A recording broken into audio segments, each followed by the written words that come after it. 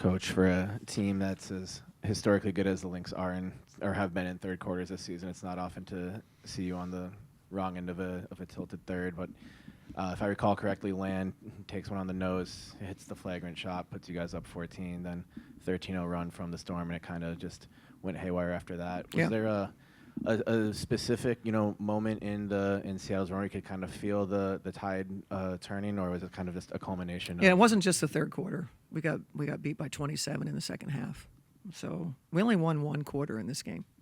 And that was the first quarter. I think the turn started happening in the second quarter, to be honest with you.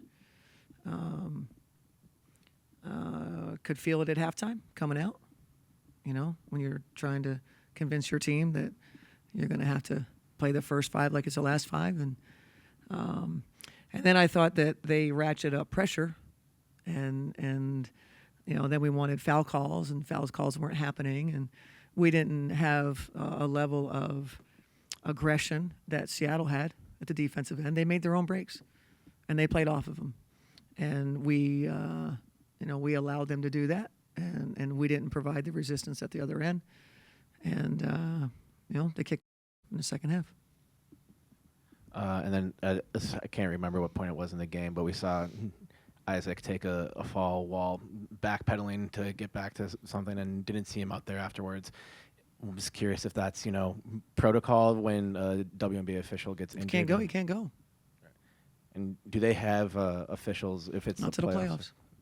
Not till playoffs. All right. And then also at the end of the third quarter, there's clearly a message relayed from Skylar Diggins to the Lynx bench, which led to a little bit of a dust up. We also saw you having a conversation with her about midcourt in the waning seconds. Just curious if you can tell us any more about either of those. I just told her I appreciate her level of compete.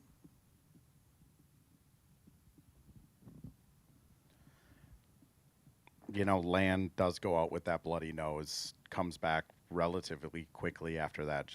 I know we talk about it a lot, but just Land's ability to bounce back from those situations and her toughness to at least try to give it a go afterwards. No, she was great.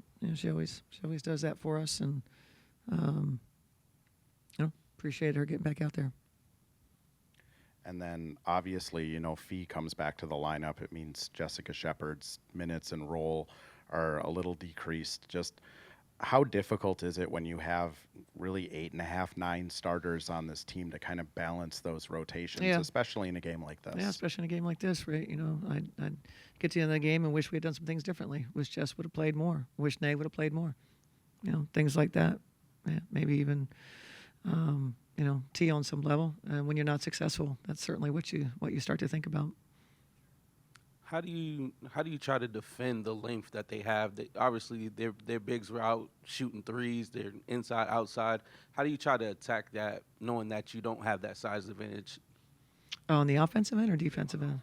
I mean, I think it's not the first time that we see. Every time we play, we see size and we see length. Us in Seattle, we talked about it before the game. We're the two leading shot block. We just gave them 10 shot blocks. I mean, that's, it's completely unaware on the offensive end. Complete unawareness, and just continue to shoot into them, and as if we did not prepare, if we did not discuss what do you do when this happens.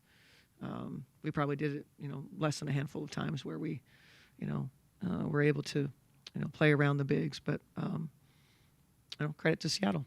I mean, they come in here and obviously didn't go their way early, and they kept competing and they walked out of here celebrating on our floor. What do you need to see from the team to bounce back and play Lynx basketball? I mean, play some defense, man. Play some defense. Act like that end matters. We have not done that in a long time, and that was the focus. And so you play one quarter of defense. That's it. And then understand we told them how the team was going to adjust. We told them what Seattle was going to be looking for. We had 12 deflections on the game. That tells you everything.